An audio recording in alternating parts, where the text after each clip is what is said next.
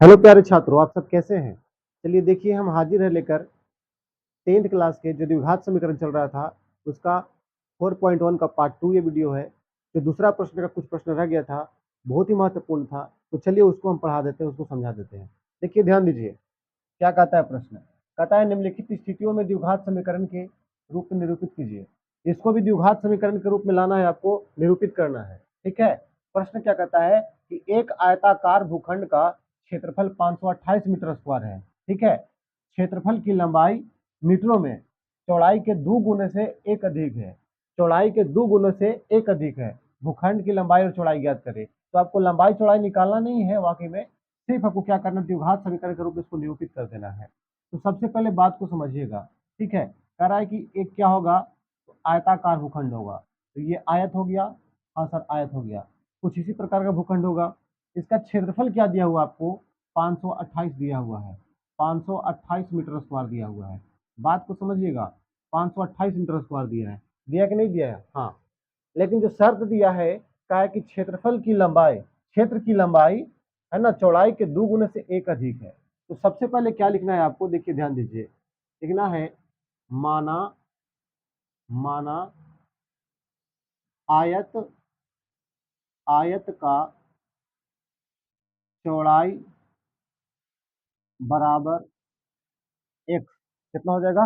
X metre. ठीक है, x metre, है ना। तब क्या होगा? लंबाई बराबर क्या होगा? तो लंबाई क्या कहता है, ध्यान दीजिए, कहता है कि लंबाई 2 गुने से एक अधिक है। किसके 2 गुने से एक अधिक है? तो चौड़ाई के 2 गुने से एक अधिक है। ठीक है, तो क्या लिखेंगे? चौड़ाई है एक्स, तो 2 गुना कितना होगा? 2x, और प्लस में कितना अधिक है? एक, तो कितना लिखेंगे? एक। ठीक है, और ये हो जाएगा 2x प्लस 1 मीटर। चलिए, हो गया कि नहीं हो गया? हाँ हो गया। यानी कि कहने का मतलब है कि ये चौड़ाई है तो ये हो गया एक्स, और ये लंबाई है तो क्या हो गया? 2x प्लस 1 हो गया, है कि नहीं? हो गया। अब क्या कहता है? अब कहता है कि आयताकार भूखंड का क्षेत्रफल इतना दिया हुआ है ना। तो देखिए क्या लिखेंगे हम, प्रश्न से या प्रश्नानुसार। तो प्रश्न से देखिए क्या, ठीक है, प्रश्न से चलते हैं। तो क्या लिखेंगे? आयताकार आयताकार आयताकार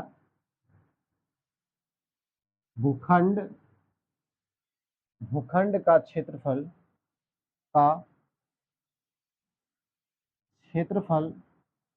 बराबर क्या दिया हुआ है? 528 मीटर स्क्वायर दिया है ना, 528 मीटर स्क्वायर। चलिए 528 मीटर स्क्वायर। अब देखिए, लेकिन आयताकार भूखंड का क्षेत्रफल, तो आयत का क्षेत्रफल क्या होता है? लंबाई गुने चौड़ाई, होता है कि नहीं होता है? तो लंबाई गुने चौड़ाई, यानी कि लंबाई गुने चौड़ाई होता है। तो लंबाई मेरे पास क्या दिया हुआ है? 2x, है ना। यानी क्या लिखेंगे हम कि 2x प्लस 1, ठीक है, मीटर, और गुना x मीटर, बराबर क्या हो जाएगा आपको? 528 मीटर स्क्वायर हो जाएगा। कोई दिक्कत? नो सर, कोई दिक्कत नहीं। ठीक है, अब जरा ध्यान दीजिए कि ये मीटर मीटर है, तो दोनों मीटर से इस मीटर को काट दें हम। मीटर से तो कोई मतलब है नहीं, चला गया। ध्यान दीजिए, आप ऐसे भी लिख सकते हैं, मीटर को हटा के भी कोई दिक्कत नहीं है। लेकिन बात समझिए, अब 2x को x से मल्टीप्लाई कर देंगे, क्या हो जाएगा? 2x स्क्वायर, और प्लस 1 को x से मल्टीप्लाई करेंगे, क्या हो जाएगा? x, और बराबर क्या हो जाएगा? इधर 528 हो जाएगा कि नहीं हो जाएगा? हो जाएगा। अब 528 को इधर ला दो तो क्या हो जाएगा? 2x स्क्वायर प्लस का x, और माइनस क्या हो जाएगा? 528, और बराबर क्या हो जाएगा? 0। ठीक है, बराबर क्या हो जाएगा? 0। लेकिन आपको इसमें x, इसको मान निकालना नहीं है। ठीक है, आपको ऊपर देखिए प्रश्न क्या कहता है, द्विघात समीकरण के रूप में निरूपित करें। तो क्या द्विघात समीकरण के रूप में आ गया? यानी कि आंसर क्या आपका आ गया? 2x square plus x minus 528 बराबर 0। ठीक है, यही आपका क्या हो गया? आंसर हो गया। समझ में आ गया होगा, उम्मीद करते हैं कि। चलिए अब अगले प्रश्न पर चलते हैं, ध्यान दीजिएगा। अगला प्रश्न क्या कहता है? अगला प्रश्न है कि दो क्रमागत धनात्मक पूर्णांकों का गुणनफल 306 है। ठीक है ना, हमें पूर्णांक को ज्ञात करना है, पूर्णांक को नहीं, सिर्फ आपको निरूपित करना है द्विघात समीकरण के रूप में। तो दो धनात्मक पूर्णांक कर रहा है। धनात्मक पूर्णांक कहने के मतलब है कि वह संख्या माइनस में नहीं होनी चाहिए, ठीक है ना, और प्लस में लगातार होना चाहिए, कुछ भी हो लगातार हो, ठीक है। तो मुझे पता नहीं है, ठीक है, तो लिखेंगे क्या, माना माना पहला धनात्मक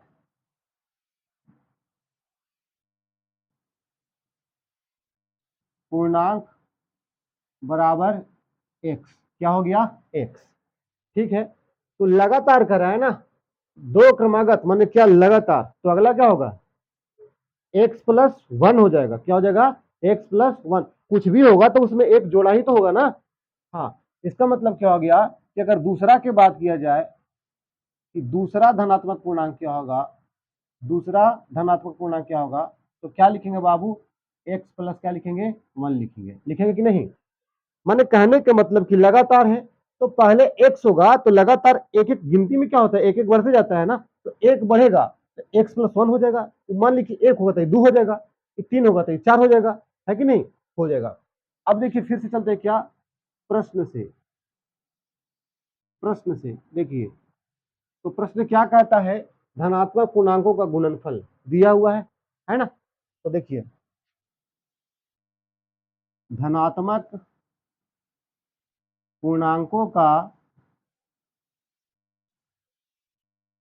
पूर्णांकों का गुणनफल गुणनफल गुणनफल बराबर क्या दिया हुआ है, 306 दिया हुआ है, 306 दिया हुआ है, ठीक है।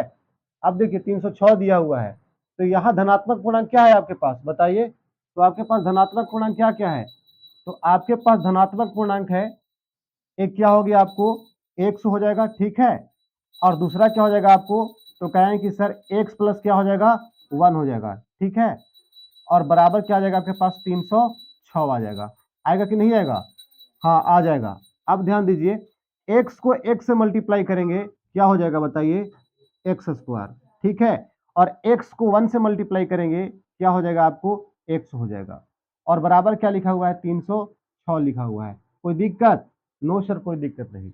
अब इसको आप इधर ला दो तो क्या हो जाएगा, माइनस में, यानी कि एक्स स्क्वायर और प्लस एक्स और माइनस क्या हो जाएगा, 306 हो जाएगा, होगा कि नहीं होगा, और बराबर क्या, जीरो।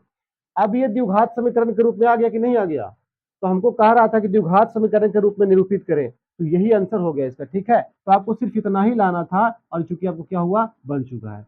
बात समझ में आया, जो कहेगा उसको करते जाइएगा बड़ा आराम तरीके से, ठीक है, जो कहे उसको बस नियम को फॉलो कीजिए, बनाना भारी नहीं, बहुत ईजी वे से बनेगा आपको, ठीक है। चलिए अब अगले प्रश्न के ऊपर चलते हैं। अगला प्रश्न क्या है, कहता है रोहन की माँ उससे 26 वर्ष बड़ी है, उससे कितने वर्ष बड़ी है, 26 वर्ष, उससे मतलब किससे बड़ी है, तो रोहन से बड़ी है ना।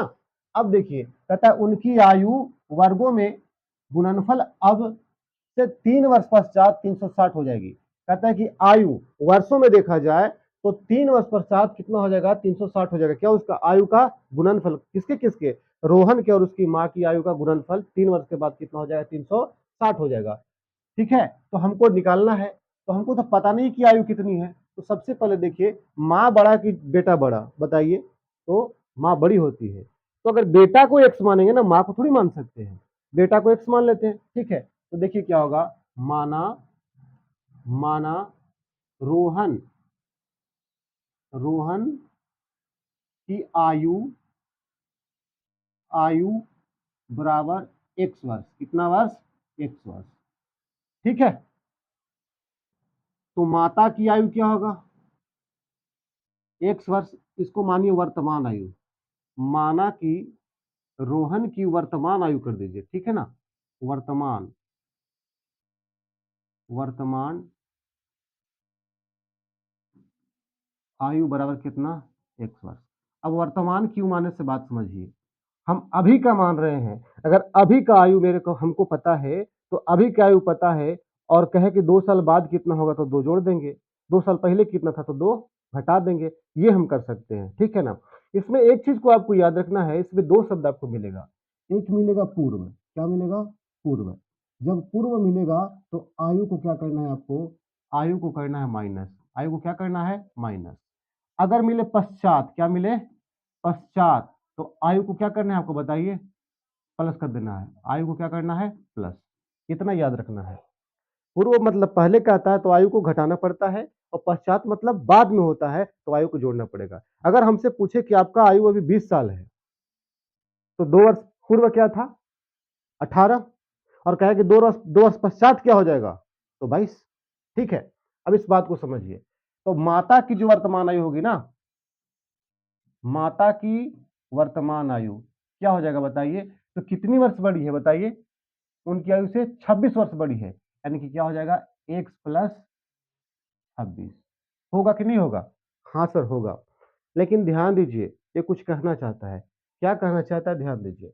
अगर प्रश्न से चले तो, है ना, देखिए प्रश्न से, प्रश्न से, प्रश्न से क्या कहता है, देखिए ध्यान दीजिए। बोला है कि देखिए 3 वर्ष पश्चात, तो पश्चात माने क्या होगा, आयु जुटेगा कि घटेगा, जुटेगा, है ना। तो देखिए 3 वर्ष पश्चात की आयु, 3 वर्ष, 3 वर्ष पश्चात की आयु, किसका आयु, अगर रोहन की आयु निकालने जाए, रोहन की आयु तो क्या होगा बताइए, पहले था x, तो 3 वर्ष बाद क्या हो जाएगा x प्लस 3, होगा कि नहीं होगा। अगर हम करने जाए कि रोहन की माता की आयु, है ना, माता की आयु देखने जाए, तो ये क्या होगा बताइए, तो ये x प्लस क्या था 29 तो पहले था, और प्लस में 3 को और ऐड करेंगे, करेंगे कि नहीं करेंगे, 26 था, सॉरी माफ कीजिए 26 था, 26 था और प्लस में 3 ऐड कर दिए, हो गया कि नहीं हो गया। अभी क्या बन गया x प्लस 29, यानी माता की जो 3 वर्ष की बाद आयु आ गई, कितना आ गया x प्लस 29, और पुत्र का आयु कितना आ गया x प्लस 3। अब इसी का बोला कि 3 वर्ष पश्चात 360 हो जाएगा, क्या हो जाएगा गुणनफल हो जाएगा ना। अब देखियो क्या दिया है यहाँ पे, आयु का गुणनफल, आयु का गुणनफल, गुणनफल बराबर क्या दिया हुआ है 360। लेकिन इधर आयु का गुणनफल क्या आएगा, तो आएगा सर कि x प्लस 3 और इंटू क्या आ जाएगा x प्लस 29, होगा ना, और बराबर कितना 360। कोई दिक्कत नो सर। अब देखिए मल्टीप्लाई करते तो x को कीजिए पहले x से, ठीक है, दोनों में गुना कर दीजिए x से पहले, तो क्या हो जाएगा x स्क्वायर हो जाएगा, फिर x को करेंगे 29 के साथ तो क्या हो जाएगा 29x, ठीक है। इसी प्रकार 3 से फिर दोनों में गुना कर दीजिए, तो 3 को x से करेंगे क्या हो जाएगा प्लस का 3x, और प्लस का क्या होगा 3 को 29 से गुना किया 29 3 87, तो कितना हो जाएगा 87, और बराबर क्या हो जाएगा 360। कोई दिक्कत नो सर। अब देखिए क्या लिखेंगे एक्स स्क्वायर और प्लस 29x और 3x कितना हो जाएगा 32x, होगा ना 32x, 32x। अब देखिए इधर क्या है प्लस का 87, और इधर चला गया तो क्या हो जाएगा माइनस में कितना हो जाएगा 360 हो जाएगा, और बराबर क्या 0। कोई दिक्कत नो सर। अब देखिए ध्यान दीजिए, अब लिखेंगे एक्स स्क्वायर प्लस का 32x और प्लस कि माइनस, माइनस वाला है ना चिन्ह यहाँ पे बड़ा है संख्या तो माइनस लगा देंगे। अब देखिए 10 में से 7 ये कितना बचेगा 3 बचेगा, ठीक है। अब ये हो गया 15, 15 में से 8 ये कितना बचेगा 7 बचेगा, और ये कितना हो गया 2, यानी 273 बराबर क्या हो गया 0, ठीक है। तो आपको उस समीकरण के रूप में निरूपित करना था, है ना। तो आपका आंसर क्या आ गया एक्स स्क्वायर प्लस 32x और प्लस क्या माइनस क्या 273 बराबर 0। समझ गए। चलिए अब चलते हैं इसका लास्ट प्रश्न जो है ना उस पर चलते हैं। ध्यान दीजिए, एक रेलगाड़ी 480 किलोमीटर की दूरी समान चाल से तय करती है। यदि इसकी चाल 8 किलोमीटर प्रति घंटा कम होती तो वह उसी दूरी को तय करने में 3 घंटा अधिक समय लेता, है ना, 3 घंटा अधिक समय लेता। तो सबसे पहली बात की रेलगाड़ी की चाल हमको मालूम नहीं है, नहीं मालूम है। जब मालूम नहीं तो क्या करेंगे, पहले रेलगाड़ी की चाल के बारे में पता करेंगे। तो क्या लिखेंगे हम कि माना, माना रेलगाड़ी, रेलगाड़ी की चाल, चाल बराबर क्या हो जाएगा x किलोमीटर प्रति घंटा। कोई दिक्कत? बोले नो सर, कोई दिक्कत नहीं। और क्या दिया है आपके पास? कुल दूरी दिया हुआ है, कुल दूरी दिया हुआ है। कितना दिया हुआ है? 480 किलोमीटर। बात को समझिएगा, ठीक है। अब जो कहता है उसको बनाना है, तो ये तो प्रश्न है ना, ये है क्या? ये तो प्रश्न है ना। तो अब प्रश्न की चर्चा करेंगे, यानी कि चलेंगे क्या हम प्रश्न से, ठीक है। तो प्रश्न से देखो क्या प्रश्न से कहता है, ध्यान देना है प्रश्न से। यानी कि सबसे पहले देखेंगे तो प्रश्न से सब चलेंगे तो क्या दिया हुआ है आपको? तो समय दिया हुआ है, समय दिया हुआ है। तो हम जानेंगे कि समय बराबर क्या होता है।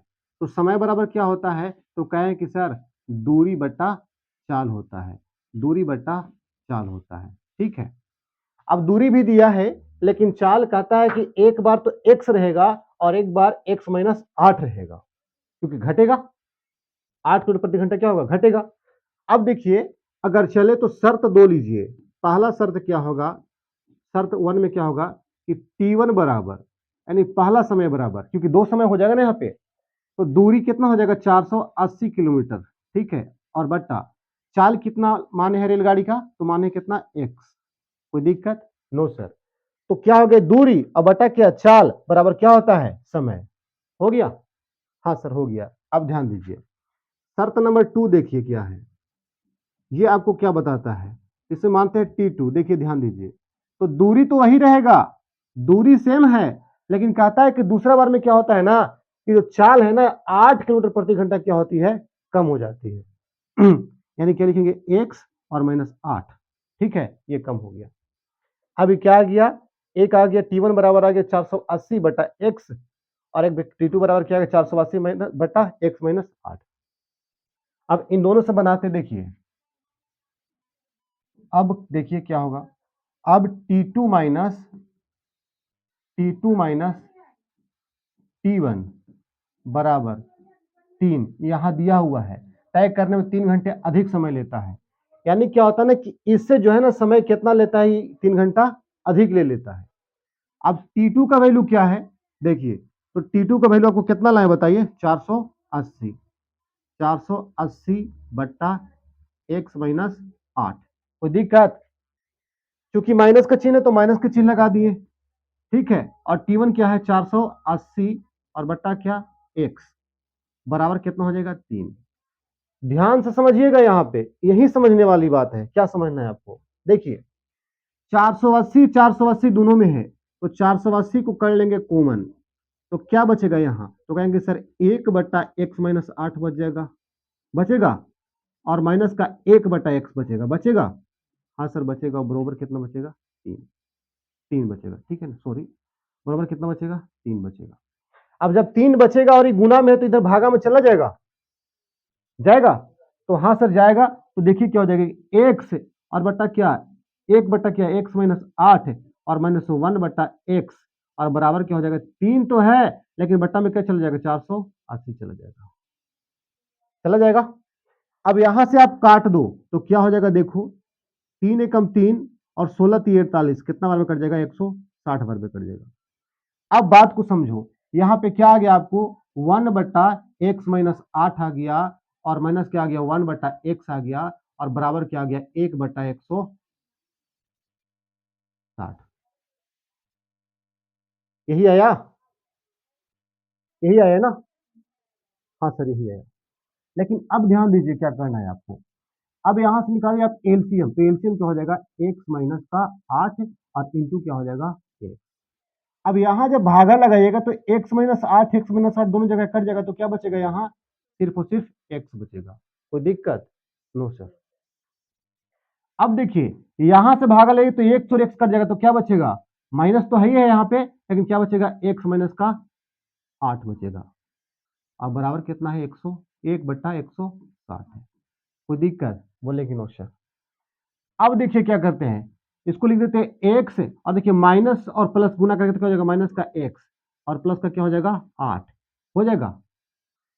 और बट्टा में ध्यान दीजिए क्या हो जाएगा? इसको गुना कर देते हैं तो देखिए x x क्या हो जाएगा? x स्क्वायर, और माइनस क्या हो जाएगा? 8x। हाँ सर हो जाएगा। और बराबर क्या हो जाएगा? 1 बटा 160। कोई दिक्कत? बोलेंगे नो सर कोई दिक्कत नहीं। समझ में आ रहा है? हाँ सर आ रहा है। देखिए, अब ये माइनस का एक्स प्लस का एक्स दोनों का दोनों क्या हो गया, कट गया। अब क्रॉस मल्टीप्लाई हो जाएगा, इधर 8 से 160 में हो जाएगा गुना। तो इसको इससे अगर गुना करेंगे तो एक्स स्क्वायर माइनस 60x को एक्स से गुना करेंगे, क्या फर्क पड़ने वाला है, कुछ नहीं। तो क्या लिखेंगे हम, एक्स स्क्वायर माइनस 8x लिखेंगे, और 160 को 8 से गुना करेंगे तो क्या होगा, क्या होगा, यानी कि 16 अठैया से 128 हो जाएगा, और 20 कैसे जीरो लगा देंगे, हो गया, यानी कि 1280 हो जाएगा। अब 1280 को इधर लेके चले आओ तो क्या हो जाएगा, एक्स स्क्वायर माइनस का 8x और माइनस क्या हो जाएगा 1280 बराबर क्या हो जाएगा यहाँ पे जीरो। ठीक है, और आपको इसी रूप में लाना था, आपको द्विघात समीकरण के रूप में लाना था, तो चूंकि द्विघात समीकरण पे आ गया तो हाँ सर आ गया, यही पूछ रहा था आपको। ठीक है, तो समझ गए ये बात को। तो चलिए ये 4.1 पूर्ण रूप से समाप्त हो चुका है। ठीक है, द्विघात समीकरण 4.1 पूरा खत्म हो गया है। ठीक है, अगर वीडियो अच्छा लगता है ना तो बच्चों लोगों के पास शेयर कर दो, अधिक से अधिक सहपाठियों के पास शेयर कर दो, ताकि उन लोग भी लाभ उठा सके। ठीक है, फिर मिलते हैं अगले वीडियो के साथ, तब तक के लिए जय हिंद।